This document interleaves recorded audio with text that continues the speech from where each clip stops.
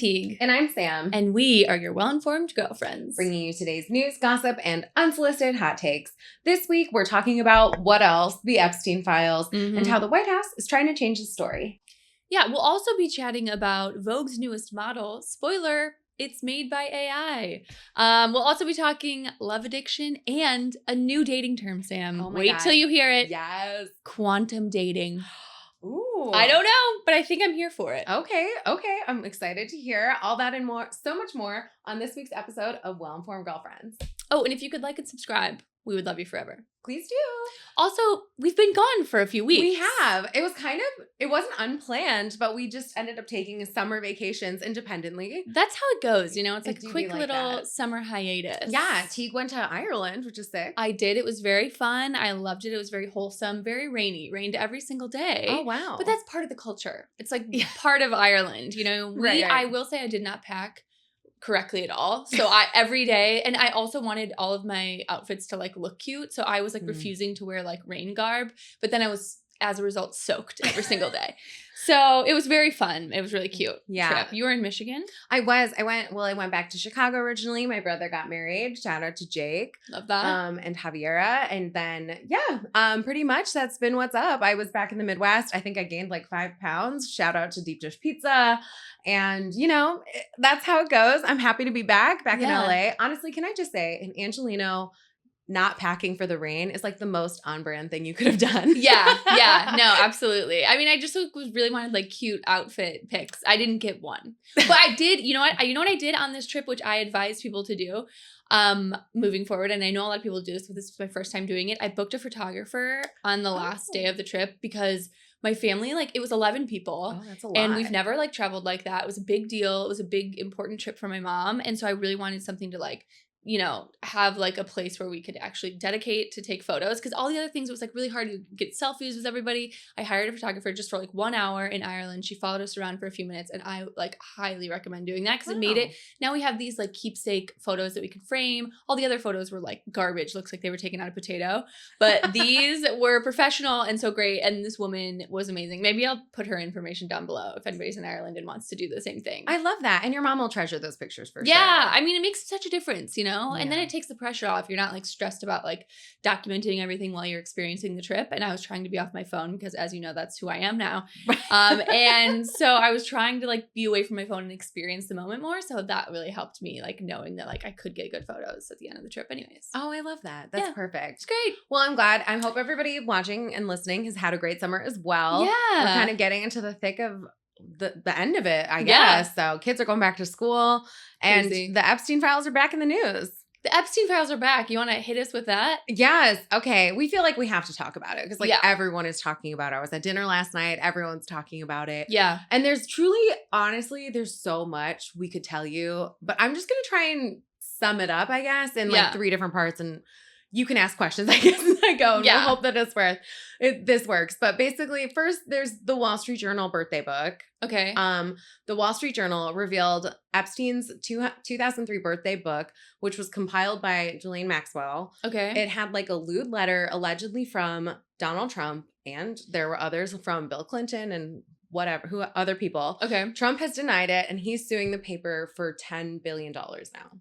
Okay, but why would they possibly release something if they had, like, they know that like the Trump administration is so like lawsuit like ready right now? Like, why would they release something if it was made up? Like, they don't want to get sued. Right. So I'm sure it's probably, but also like, what is a birthday book? It was just like this. Like, I think, you know how you would make like a shot book for your 21st? Right. I think this is essentially the same thing, but not about shots, more about like, here are all your rich and famous friends and they're writing a book. Okay. Yeah. So interesting. And that's what happened.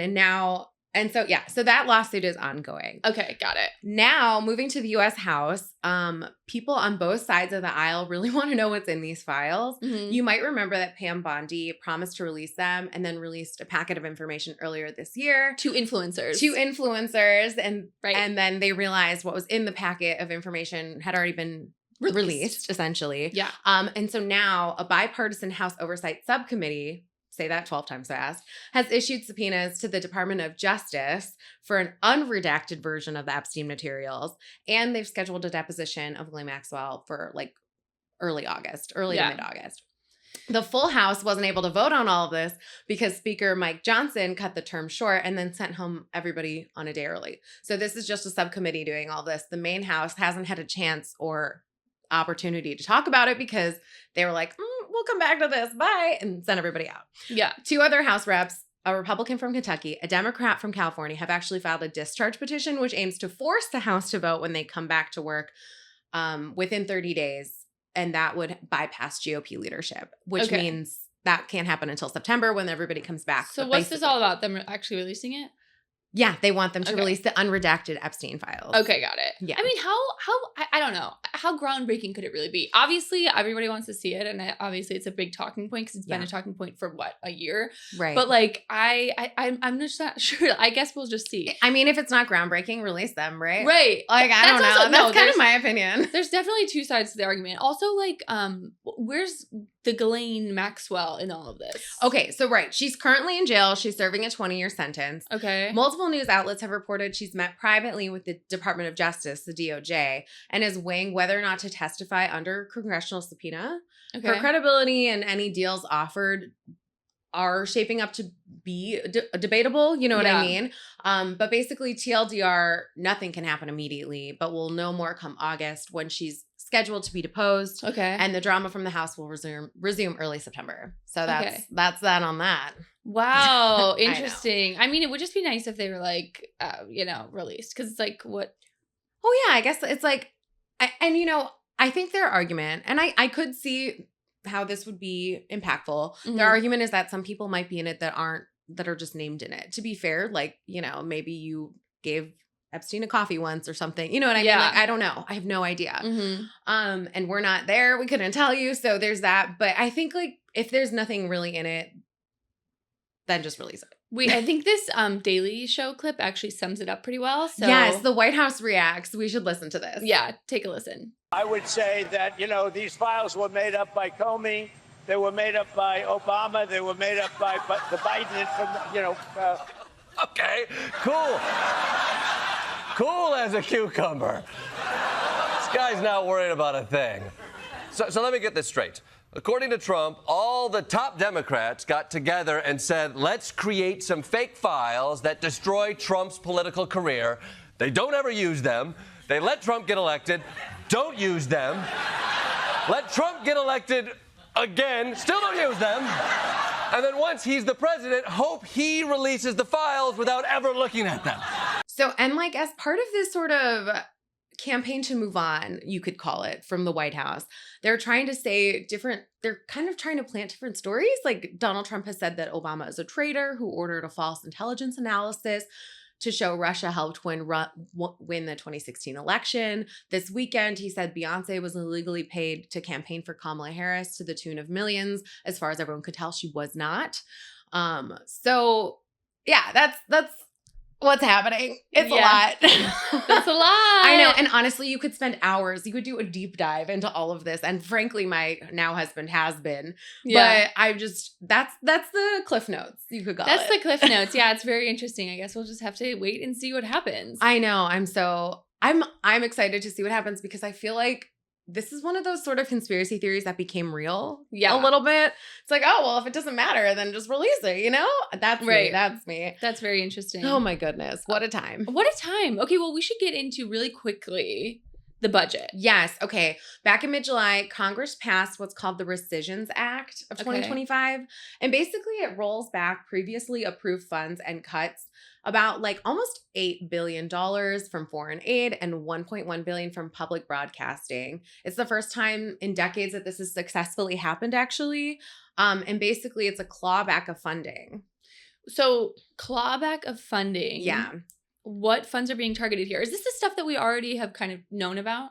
Yes, it is kind of. But it's basically just explaining like U.S. aid. Yeah, U.S. aid has been cut, global development, disaster relief, and funding to more than 1,500 public media outlets. I think one of the most upsetting things to me about all of this is NPR getting their funding cut. Because like NPR is like, it is like, we need that. It's I mean, NPR does such incredible work and like thanklessly forever. And it's like, I can't believe that we would get rid of something like that. Yeah. And it's really upsetting. I know some people are trying to step up, and I even know like people like my parents are like, we're going to start, donating to NPR because that's like, we really care about that. They do really great work, and they are great journalists there. So we want to keep supporting them. But yeah, that was like really upsetting. Obviously USAID and all the global development, all that stuff is also really upsetting. I just think NPR, like that's going to be very noticeable very quickly for a lot of Americans. Oh, for sure. And honestly, so I was speaking to one of the news directors of one of the NPR stations here in Los Angeles, and he was telling me that they had budgeted for this. They anticipated for these cuts to happen, and it only made up about 5% of their budget total. But that's for a big LA station with loyal donors. Who this is going to impact is actually the small stations and rural, wherever, Maine or something. And they're going to be the ones that see the worst effects of this because it made up so much more of their budget. Right. And so that'll be who's impacted the most and who needs information the most. Honestly, they're the ones in news deserts. Yeah, I mean, that's the thing. I just feel like what will probably start to happen is the same thing we've seen in local news. You see a lot of consolidation, right? And then those smaller markets just become part of a bigger one, and then you're getting your news from a big city instead of like your rural community. So I think that's you take away that local news aspect, which I think is really upsetting, and hopefully we can figure out some way to combat that, but it's upsetting to me. Yeah, I think it's going to come down to people doing donations for now, but yeah. I should also mention that the White House is prepping a second rescission proposal. According to Politico, the next one is supposed to be focused on education funding, so we'll see what happens next with that. Wow. Yeah. That is crazy. Yeah. So, I mean, I don't know, like, besides the obvious, are there certain things that, like, why does this all, I mean, it feels obvious why this all matters. Right. Yeah. It all comes back to checks and balances. The rescission strategy essentially gives away Congress's power of the purse. Yeah. And so according to Constitution, for those who don't remember, the Congress is meant to be in charge of the budget. Yeah. And so if every time the executive branch, aka the president, wants to make changes to that and tells Congress to jump and they do, legislative control over spending basically erodes. And then you have a new tool in Trump's executive-led fiscal conservatism. That's like the crux of the matter. And that's kind of what's happening here. Yeah. Well, it seems like all of their moves are just giving them more power in the executive branch. Yes. We'll see. That is an editorialization, but I agree with you. Yeah. Okay. So our next story. Yes. We love talking about artificial intelligence here on the show. And there have been so many good articles about it lately. My personal favorite was one from The Economist titled, "Will AI Make You Stupid?" It outlined an MIT study that measured students' brain activity as they were writing essays, some of them working with just their brains, and some of them working with ChatGPT. Across the board, AI users exhibited markedly lower neural activity in the parts of the brain that are associated with creative functions and attentions, and students who wrote with ChatGPT's help also found it much harder to provide an accurate quote from the product they just made. Like, they couldn't remember what they wrote in the essay. So that's cool. Wow, that's interesting. Yes. Yeah, I mean, obviously that does make sense. Like, it makes sense if you're using, a device for your cognitive function or like trying to think creatively. Like, of course it makes sense. Exactly. But I guess like for long term, what do we think it means? So it's like so new, it's hard to say, right? But one professor of psychology at the University of Waterloo, their name is Evan Risco, told the outlet people will do what's called cognitive offloading. And essentially that means more and more they'll make the robots do the work for them, the mental work for them. And it'll lead to what's called cognitive miserliness. Okay. And basically AI reliant people find it harder to think critically and their brains become more miserly, which will lead to further offloading in a sort of feedback loop. So the more you use it, the less critical thinking you do and the harder critical thinking becomes for you. Yeah. Well, this is a whole different discussion, but I feel pretty passionately about the idea of like getting quiet and like, like either meditating or like whatever that looks like for you. Like, I think like as technology becomes so, prevalent in our lives and like as we become so reliant on our digital devices and social media and all this stuff, like this is something I talk about in the social media detox. Yeah. It's like being quiet and like having that time to actually process what you want in life, what you want to be thinking about. I mean, that's like, that that matters so much. I mean, think about how much of your attention is for sale all day long, right? I mean, it's like to actually have time to like be quiet and be away from things and like think cognitively, I think is so important. So I think like as we move forward and AI becomes a crutch for so many people, I think we also just have to remember like thinking on your own and like being away and like getting quiet like without any digital input is so important, because we're gonna start to, I don't know, lose our ability to like form interesting thoughts, and like then what are we at the mercy of, right? I mean, we lose our agency, and I think that is like the real scary part of like AI. So yeah, very interesting. So interesting. And like another economist story that actually caught my eye this week. Sorry, there are 2 economist stories in here. I don't know why. But it was this one titled AI is Killing the Web. Can Anything Save It? And it basically describes how the inherent economic bargain of the internet is becoming undermined by these chatbots. Anyone working in digital media actually can speak to this. So like when you go click on an NBC News or CNN story, your eyeballs viewing those ads are how they make their money if it's not a subscription-based outlet like the New York Times. So instead of you Googling that and then clicking on the article, when the chatbots open the article and then just regurgitate the information to you without making you click on it, they're not getting any money and any credit essentially. For the eyeballs on those stories. So to keep like the traffic and the money coming in, a lot of big content producers have actually negotiated licensing deals with AI companies, and they also have like made some legal threats. I believe the New York Times is suing ChatGPT right now. But basically the biggest part of this problem is that there are so many domains that are not the enormous New York Timeses of the world that are like too small or too little to woo these tech giants and make them pay them for this content. And so that content, which might be essential to AI firms. Think about all the YouTube videos of like a dad explaining how to fix your AC or your radiator or whatever.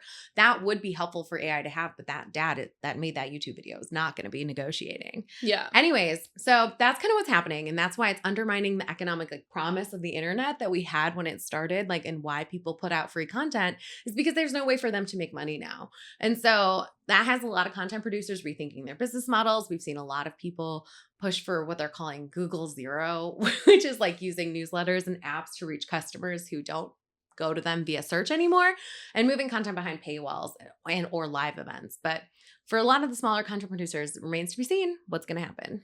Yeah, that is interesting. I don't know. I mean, I think we all knew that was going to happen. Obviously, AI can't function without those outlets and the news, but I think they've already scraped so much data and information from the web. Like, it's impossible to roll back. Like, how do you like go back and say, actually, those few articles, can we have those back? Right. Like, it's like almost impossible. And how do we even know? We don't even really know what's going on in those servers and like how much information they're holding and like what they're saving and what they're not. And so it's like really difficult, I'm sure, for these companies to figure it out. But it is like interesting because it's like then what happens to news and what happens to content and what's original and what's just regurgitated, and for crazy. Sure. Crazy. Well, our next story kind of I thought was interesting and definitely is related. So Vogue this week is under a lot of scrutiny. Its latest issue is catching flack due to a Guess ad that appears to have been made using AI. Oh. So here is the image. Okay, so as you can see, she's stunning. She's gorgeous. The question is she real? Is she a human? Yeah. So the only way that you would even know this was created by AI is that if you squint and look in the fine print of the corner of the page, it says that the ad was created with AI. So it's unclear if the model is like fully generated AI or if like maybe that's a model who's just like airbrushed to the high heavens. But it definitely is raising some questions about are we gonna keep going up with these beauty standards? I mean, we just got to a point where I think everybody was like feeling like okay and like I don't know, a little bit more secure in their own body, and now here we go with like I can't compete with the Kardashians and a robot. No. Okay, like I can't be competing with several different things like that. So do you think companies should be allowed to do this, and is it dangerous? I mean, dangerous, I don't know. I don't love it though, personally, especially because I mean, it will mean less work for people. No one will get to be models if it's just free to have AI do it. I mean, like, yeah, I think that's not great for sure. And I also have to say, I don't know if it's fair to expect women specifically in this case to look like what the internet's ideal is. And we've talked about before how AI has been trained by humans. So it's like a gender bias of like dressing for the male gaze and all that kind of stuff. Yeah. So I'm kind of just like, I don't know if that's really good for us, but I could see why a brand would want to use it because it would be cheap and or like basically free. But Yeah, I don't but it's love also that. like, I think that's what's going to happen though. I just feel like you have to like brands like have to be better. Like Guess, come on. Like Yeah. what? There are so many girls in LA that I walked past today that look like this. Put them in that. You know, like it just is so weird. And I do actually think it is a little bit dangerous because we're fully developed humans with brains that are fully developed. I hope. But like think about like teen girls like seeing this and being Yeah. like, oh my God, she's so hot. Like I want to look like that. It's like that's not even a real person. Yeah. And we've already been combating that for so long with like editing and like Facetune and all that stuff. But now I feel like this adds like another level to it where it's like literally impossible Yeah. to look like that. So yeah, upsetting. Okay, next story. Next story. Our next story I'm really excited to talk about, and I kind of like it. So there's yet another dating term floating around the internet. Of course there is. And it might just be the way that people start moving in the Lord's year 2025. Okay. Okay? And in this dating climate. The Okay. new dating term is called quantum dating. Oh. Okay, so quantum dating is the idea that every match leads to infinite possibilities. So Okay. instead of just aiming for long-term commitment, people are putting less pressure on individual connections and more emphasis on exploration. So they believe that even if a match doesn't work out, if I go on a date with a guy, it doesn't work out, it might lead to something better or more aligned. So the idea is like putting your energy out there. It's kind of like a mindset shift, where quantum dating goes just a step further by lowering dating expectations, focusing more on self-growth and evolution. So like going on a date with a guy and being like, this might not work out, but maybe I could like learn something, or maybe I could like learn something about myself, or like learn my preferences or whatever. So the idea is that quantum dating basically means you're focusing on the opportunities of each connection rather than like the preconceived outcome. So like not going into a date and being like, he's going to be my husband, right? And if not, then this is a waste. Right. So I think like it's the idea of like, if things don't work out, at least I get to experience something that will maybe expand my own self-awareness or emotional intelligence. I mean, that certainly sounds more healthy. Yeah. I mean, I actually think it's like the only way I could continue to keep dating in LA. Because at a certain point it's like it's like a numbers game in my opinion too. And it's like, if you want to keep going, which I feel like sometimes it's nice to take a break, which is like where I am right now. But like, if you're doing it all the time, like it can get exhausting and like mentally a lot. So it's like maybe just like going into it with a different, like reframing the experience, I think could really help, like. Let me ask you, do you feel like this might be a more positive spin on doing it for the plot? Yeah. Like you're doing it for the plot now, but in a good way, not in an ironic, I hate this kind of way. Totally. Yeah. It's essentially the same, but I think like this one feels a little bit more optimistic and a little bit more like, yeah. So yeah, I think so. I love that. I actually think that's a really good way of looking at it. Yeah. Especially because when you're dating in LA, it's just so there's a lot. There's a lot happening there. There's a lot happening there. So I think if you just like lower your expectations, just be like, this will be fun. Maybe we'll hit it off. Maybe we won't. Maybe we'll be friends. Maybe we won't. Whatever. Like I feel like that like it makes it less stressful and like less of a to do. Yeah, I'm with you on that. I think that's a good way of looking at it. Okay, so there was a new study released recently. It talked about love addiction and social media stalking. And it basically suggests that those things can fry your brain. Oh, great. Yeah. So if you have been stalking your partner or crush online, or something I actually talk about in the social media detox, obsessive following, your brain might be paying the price. So a new study links love addiction and heavy social media use to brain fog, memory slip-ups, and emotional burnout. So even in people that aren't single. The study published in this peer review is basically done in Italy. It surveyed 600 Italian adults between 2022, 2023. More than 70% were women. Okay. And they basically used these questionnaires on anxiety, depression, memory, attention, social media use. The researchers found a very clear pattern. The more someone clung to their crush, the worse their attention span became. Oh, no. Yeah. So higher love addiction scores were linked to increased anxiety, depression, and mental fatigue.